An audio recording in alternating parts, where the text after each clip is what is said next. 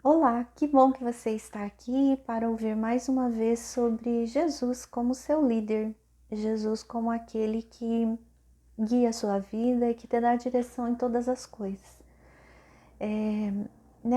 Nesse dia, nós vamos estar conversando sobre o Sermão do Monte.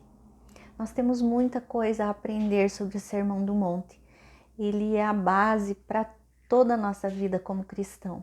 Então, mais do que importante, é essencial para que a gente possa aprender sobre como ser, como Jesus nos ensina a ser cristão. Então, feche os teus olhos e peça ao Espírito Santo agora que ele venha sobre a sua vida e que ele ensine você aquilo que você precisa aprender, aquilo que precisa de uma mudança, um redirecionamento na sua vida, que você possa perceber essa mudança através da palavra, que essa mudança ocorra em você através da palavra. Então, nós estamos conversando, falando hoje, iniciando essa série sobre as bem-aventuranças. Então, durante 5, 6 programas eu vou estar falando sobre elas. Então, as bem-aventuranças, elas são parte fundamental no ensino do cristianismo. Então, nela, o Senhor Jesus revela o que espera de cada um dos seus discípulos. É ali nas bem-aventuranças é que Jesus nos ensina como ser cristão, como ser realmente um discípulo de Jesus. Então veja como é essencial, como é profundo. Talvez você diga, mas eu já as conheço. Mas eu quero perguntar para você, você já as pratica? E essa é a grande questão, essa é a grande pergunta. Conhecer a nível de conhecimento, eu acredito que todos nós conhecemos, mas eu estou perguntando para você hoje, e na prática, como que está isso? Como está isso em você, no seu dia a dia? Então, sobre as bem-aventuranças, nós vamos ver que todas elas estão mais relacionadas ao caráter, ao nosso interior, do que ao nosso exterior. É como se Jesus, é como não, é Jesus fazendo isso, ele não está mais preocupado com o exterior, como os mandamentos, Giovana falando, né? Os mandamentos me dá a impressão que são coisas que eu pratico, como lei, obrigação, mas Jesus ele não foca, o ensinamento de Jesus não foca nisso. O foco de Jesus é o homem interior, é a minha alma, é os meus sentimentos, é como eu convivo, é dentro de mim. Então, a lei de Moisés eu precisava praticar, era algo exterior, mas Jesus vem e ele ensina, ó, olhe para você, olhe dentro de você, olhe como está o seu coração, olhe o que você tem olhado, o que você tem praticado. Então, essa é a grande diferença que a gente vê aqui. Jesus ele não revogou a lei, né? Ele não eliminou toda a lei, mas ele trouxe um novo ensinamento, um novo olhar sobre aquilo que era ensinado na época. Então, o que significa ser bem-aventurado, né? A gente fala em bem-aventurança, mas o que significa ser bem-aventurado? Então, eu andei pesquisando e encontrei muitas definições sobre ser bem-aventurado, entre feliz, ser alegre, entre outras. Mas a melhor, aquela que eu achei que ficou melhor para nós tratarmos, foi justamente essa que fala assim, que é aquele que é mais que feliz. Pois as bem-aventuranças, elas são coisas que não são somente felicidade ou outras coisas para nós. É muito mais que isso, é além disso.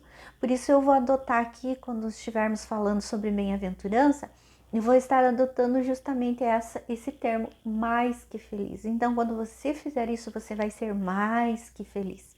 Entende? Como é que estava o contexto histórico ali, quando Jesus sobe aquele monte, quando Jesus está falando para aquele povo, para aquela multidão, para os seus discípulos. Então, nesse momento da pregação, Jesus, ele está andando por ali, então, estão os discípulos, então ele sobe ao monte e ele ensina. E assim, ele não ensina só para os seus discípulos, ele ensina para a multidão que está ali. Então, a partir desse texto narrativo ali de Mateus, as bem-aventuranças, elas ganham força. Por quê? Porque elas sugerem uma mudança comportamental no povo. Então, que vai na contramão de toda a cultura que era dominante naquela época e que era imposta pelo Império Romano. Então, Jesus vai na contramão dos ensinos da época. Então, veja como foi impactante esse ensino de Jesus naquele momento. Era totalmente ao contrário do que se falava na época. Então, era uma construção, era como Jesus estivesse fazendo uma construção pedagógica de uma nova identidade, de um novo estilo de vida para aqueles que estavam ali ouvindo.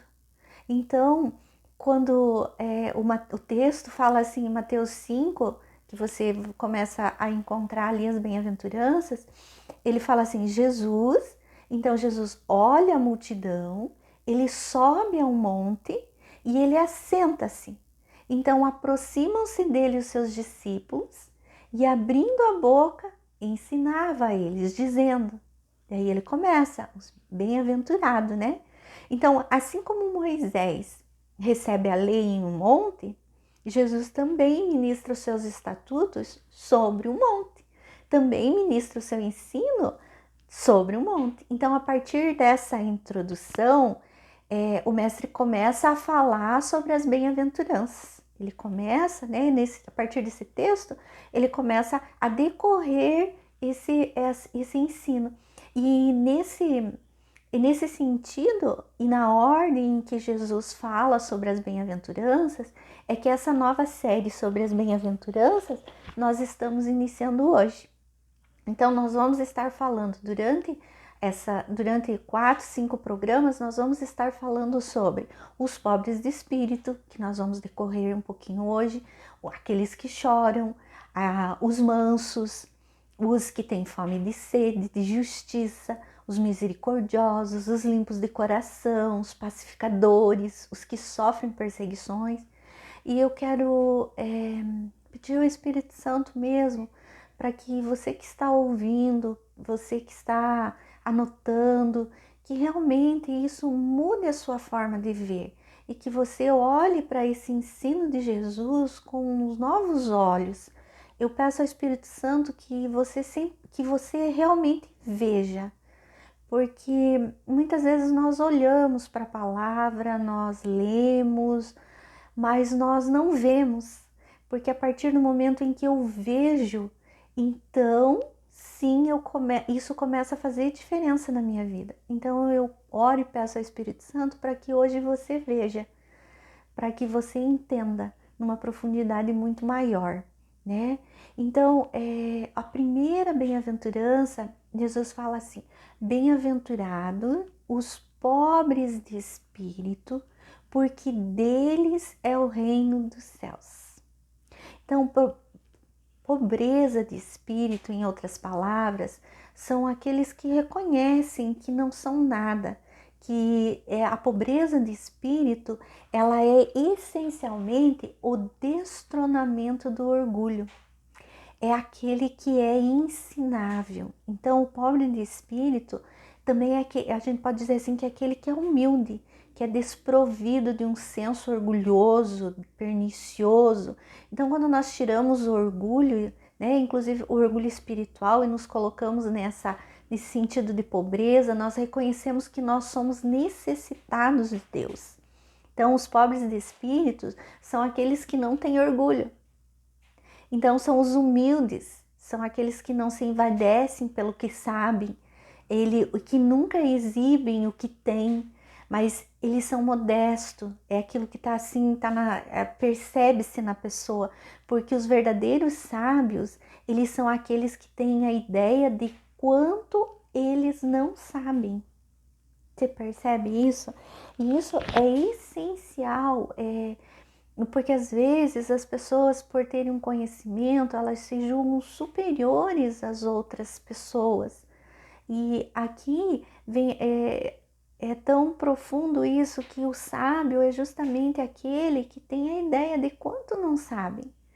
Eu andei procurando quais eram os significados da palavra pobre em outras, na linguagem que Jesus falava naquela época.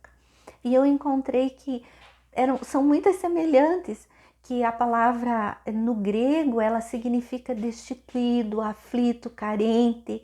Então é como se eu lesse assim: bem-aventurado os destituídos, os aflitos, os carentes do espírito, porque deles é o reino dos céus. É, no entanto, se a gente procurar, se a gente olha assim, ó, parece que não está fazendo muito sentido, né? Mas se a gente procurar o significado na palavra hebraica, então, ele significa, esse é o que Jesus estava falando, né? É inclinado para baixo. Você entende? Inclinado para baixo, como uma pessoa pobre, destituída. Mas esta palavra, ela também pode significar, no hebraico, ela também pode significar alguém que é humilde. Então, esse mesmo sentido de se curvar rente ao chão. Então, humilde é aquele que está lá no chão, ele tem uma raiz de humus. Humus está relacionado com terra. Então, é aquele que se abaixa, é aquele que se curva, é aquele que, quando o Espírito Santo sopra, ele se curva. Imagine um campo de trigo e um vento passando. O que acontece com o trigo? Ele se curva. É assim que nós, quando o Espírito Santo fala conosco, devemos nos portar, nós devemos nos curvar e dizer sim àquilo que o Espírito Santo está nos falando. Você entende isso? Então, ao entender esta passagem, a partir desse passado hebraico, nós podemos interpretar melhor o Novo Testamento. Então, você percebe que esse humilde é algo que vem assim, aquele que se curva, aquele que se prostra. Então aí a gente começa a entender um pouco melhor sobre a verdadeira humildade. É você dar o melhor de si sem se sentir melhor do que os outros. Isso é muito sério, né? É você ter consciência das suas qualidades, mas reconhecer que também tem muitos defeitos. Porque você tem qualidade e você deve saber que quais são as suas, né? Então, é você reconhecer isso, mas saber que você também não é perfeito, que você tem defeitos. É você mostrar que você tem talento sem querer abafar o talento dos outros.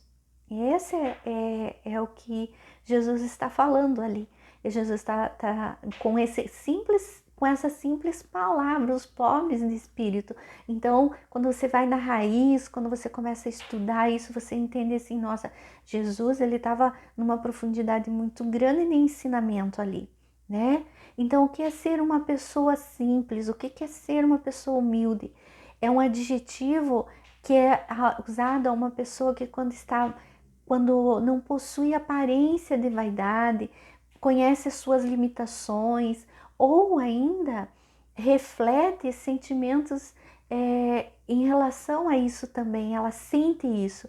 Ela também pode ser uma pessoa que não tem muitas ambições, ela é despretensiosa, ela está fazendo, mas ela não está preocupada em receber elogios ou algo semelhante. Você percebe isso? Então, o que a gente tem que fazer para ser humilde? Nós precisamos olhar para dentro de nós. E novamente eu peço para o Espírito Santo abrir os seus olhos para que você veja. Então eu vou falar alguns passos simples para você ser humilde. O primeiro dele é procurar descobrir o melhor de cada pessoa e perceber que ela é única com isso. O segundo é você aprender a elogiar sinceramente as pessoas, porque o orgulhoso ele não elogia sinceramente as pessoas. Ele às vezes se torna até às vezes fica tirando sarro da pessoa em relação ao que ela está fazendo, ou ela está sendo, usa uns termos assim, sátiros, né, em relação àquilo que a pessoa faz. Então elogie sinceramente as pessoas, seja sincero, não simplesmente para agradar, mas sim para ajudar a pessoa também a melhorar, a dizer, nossa, como você fez bem feito, nossa, como isso tá bom, seja sincero, né? Isso é uma forma de você praticar a humildade. Então não demore para reconhecer seus erros. O orgulhoso, ele demora para reconhecer, ele às vezes tem que quebrar a cara muitas vezes para ele aprender que é um orgulho, que não reconhecer os erros é orgulho. Então, se você comete um erro, é mais fácil você dizer, não, eu errei e pronto. E a partir de agora eu vou procurar não fazer mais dessa forma. Eu vou me policiar com isso, eu vou cuidar disso, eu vou mudar a minha maneira de ser. Seja o primeiro a pedir perdão após uma discussão. Isso é fundamental. Você percebe que cometeu um erro, não importa se a outra pessoa errou, se ela não errou, né? Não importa. Importa que você olhe e você diz, nossa, eu podia ter feito diferente nisso. E você reconhecer e você dizer, me perdoe. Eu cometi um erro. Eu estou pedindo perdão por essa atitude. E por falar em perdão, se você ainda não assistiu os 3 programas que falam sobre o perdão, que estão aí gravados no nosso canal, você pode voltar lá e aprender muito sobre o perdão nesses 3 programas que estão gravados aí. Você pode aprender como pedir perdão, como se chegar, como reconhecer, certo? Então, para que você seja assim humilde de espírito mesmo, você tem que ser o primeiro a pedir perdão após uma discussão. Percebeu? Já pede perdão. Sirva os outros. E esse serviço pode ser um serviço mesmo social, mas pode ser também um serviço de você colocar o seu conhecimento a favor daqueles que você conhece, ajudar as pessoas naquilo que você, por exemplo, em algo que você é bom, que você sabe que você é bom nisso. Então coloque em favor dos outros, sem esperar nada em troca, né? Sem esperar um elogio, sem esperar um reconhecimento. Você não se coloque. Isso demonstra humildade.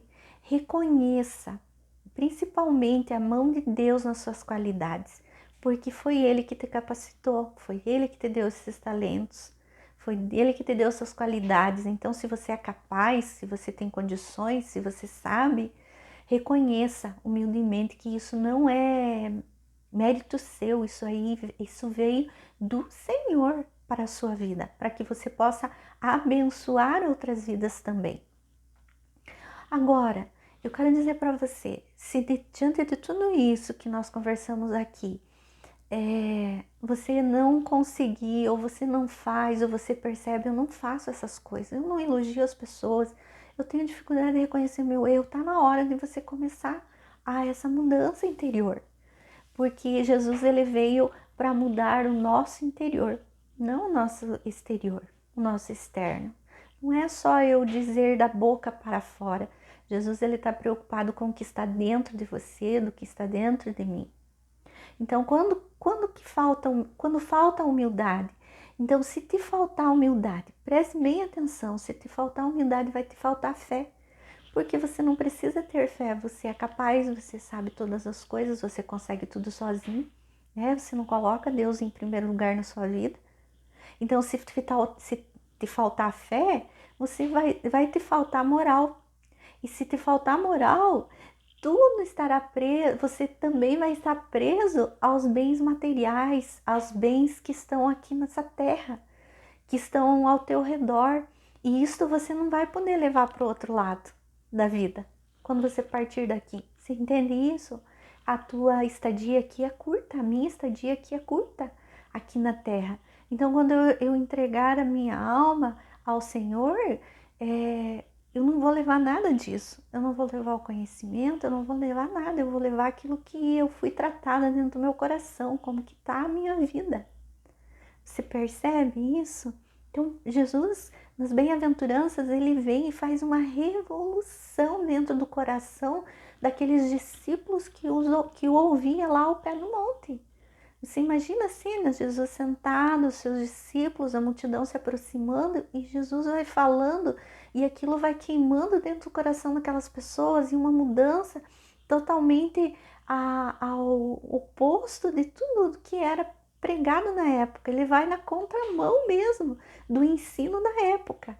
Então, o que pode causar orgulho em você?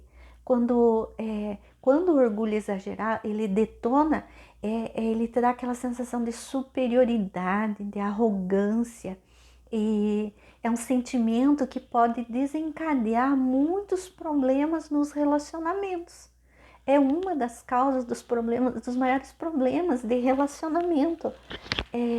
Como pastora, como coach, como terapeuta, eu percebo que orgulho é a raiz quase de muitas questões que precisam aí ser resolvidas entre casais, entre amigos, entre funcionários, entre empresas, porque ele está associado à dificuldade de se admitir seus erros e os seus defeitos. Então, o orgulho, ele causa problemas até antes de um relacionamento estar estabilizado, porque a pessoa não quer ceder, a pessoa não acha que ela está errada. Então, você percebe o quanto é importante você ser humilde de espírito? Então, não adianta nós achar que somos soberanos na nossa vida espiritual. Nós não somos. Nós devemos reconhecer que o único soberano é Deus, né? Seria mais ou menos assim, ó. Eu vou falar duas formas de orar aqui, você vai perceber claramente, ó. Deus me perdoa, porque eu tenho ajudado os necessitados, eu tenho cumprido o que a tua palavra diz, olha como eu tenho feito, como eu fiz isso, como eu fiz aquilo. E a outra oração, Deus me perdoa, Deus me perdoa, pois sem o Senhor eu não consigo viver. Né? Sem a sua misericórdia, o que será de mim? Você percebe a diferença nessa oração? Então, olhando para essas duas orações, nós podemos perceber que a primeira existe um orgulho sobre o que a pessoa está fazendo, enquanto na segunda, seja qual for as dificuldades da pessoa, ela reconhece que necessita totalmente de Deus. Você percebe a grande diferença? Então, vale ressaltar que quando eu estou falando aí de pobreza espiritual, eu não estou falando de pobreza financeira. Você pode sim ser muito farto financeiramente e ainda assim ser pobre espiritualmente, ou ainda você ser pobre financeiramente, mas falando, de repente você é orgulhoso, né, espiritualmente, você é orgulhoso. Então, nós devemos entender essa fala de Jesus e aplicar ela de forma correta na nossa vida. Então, eu acredito que uma pobreza espiritual dá para se ver no jeito de viver de cada pessoa. À medida que a pessoa vai falando, você vai percebendo, nossa, essa pessoa, né, é orgulhosa. Só que aí eu também tenho que cuidar, né? Porque assim, com a mesma medida que eu julgo, eu também vou ser julgado. Então, é outro ensinamento de Jesus. Então, a mesma medida, tira a primeira trave que está no teu olho para depois tirar a trave que está lá no olho, o cisco que está no olho do outro. Então, percebe? Então, quem sou eu para julgar se uma pessoa é orgulhosa ou não? Eu não consigo fazer isso, não é? Não cabe a mim fazer isso. É a pessoa que precisa ver isso dentro dela e ela só pode ver através do Espírito Santo. Só através dele que o Espírito Santo vai falar, olha, isso é orgulho, você está ouvindo aí a Giovana falar, isso aí é orgulho dentro do teu coração, precisa ser arrancado. Você entende isso? Com certeza você deve conhecer algumas pessoas, de repente, que se acham melhores, suficientes do que os outros, e até acham que são, né? Às vezes pode ser, vou citar um aqui, por exemplo, se eu não quiser que ele canta melhor, ninguém mais canta se ele não cantar, ninguém prega como ele, isso é um equívoco. Nós devemos ter consciência de quem faz é Deus e não você. É lógico que quanto mais você se empenha, quanto mais você se entrega à presença de Deus, mais Deus vai usar você com poder, mas é Ele, não é a pessoa. Então, como toda bem-aventurança, nós vamos ver que existe uma recompensa para essa. E essa recompensa, presta bem atenção, é o reino dos céus. Então você será mais que feliz se praticar essa parte da pregação de Jesus, esse simples é, texto que já nos deu quase meia hora de falar sobre ele. Então, com certeza, se você praticar isso, você vai estar no reino dos céus. Você irá entrar. Como nós podemos saber se nós somos pobres de espírito? Então, algumas características para você ver. É sempre humilde aos seus próprios olhos. Sabe que eu não sou nada mesmo, né? E tudo vem, tudo é graça sobre a minha vida. Tudo é graça, tudo vem do alto sobre mim. A pessoa, ela não se exalta, né? Ele não é orgulhoso. Mesmo que ele possa ser considerado insignificante para os outros, ele vê tudo como uma vontade de Deus e ele se alegra que porque é permitido compartilhar, nossa, os ensinamentos de Jesus. Então ele se torna natural para ele seguir o caminho de Jesus. Lá em 1 Pedro, anote esse texto aí, em 1 Pedro 5 e 1 Pedro 4, 13, o 5, 6 ali, você vai ver ali falando, a palavra falando sobre ser humilde. Então, ele gosta de fazer todo o seu trabalho no culto, ele não fica expondo para os outros, eu fiz isso, eu fiz aquilo. Lá em Mateus 6, do 1 ao 4, também Jesus está falando sobre isso. Então, ele gosta de ocupar o lugar mais baixo, porque ele não deseja ser estimado, mas porque ele pensa que este é o lugar adequado para ele. Ele está ali, não, eu espero, eu aguardo, para que eu possa se colocar mesmo aonde realmente é o meu lugar, e o meu lugar é esse. Então, se alguém então vem e convida para tal coisa, aí sim, mas é porque Jesus, porque o Espírito Santo tocou a vida dessa pessoa e ele viu o seu coração, e é isso que importa. Jesus olha o seu coração. Ele gosta, o humilde, ele gosta de desistir das suas vantagens para beneficiar os outros. Então, ele não procura ser algo grande, né? Ele não quer ser grande no nível aqui terrestre, vamos falar assim, e nem nível espiritual, ele não quer ser grande. O seu único desejo é fazer a vontade de Deus a todo o momento. Você percebe?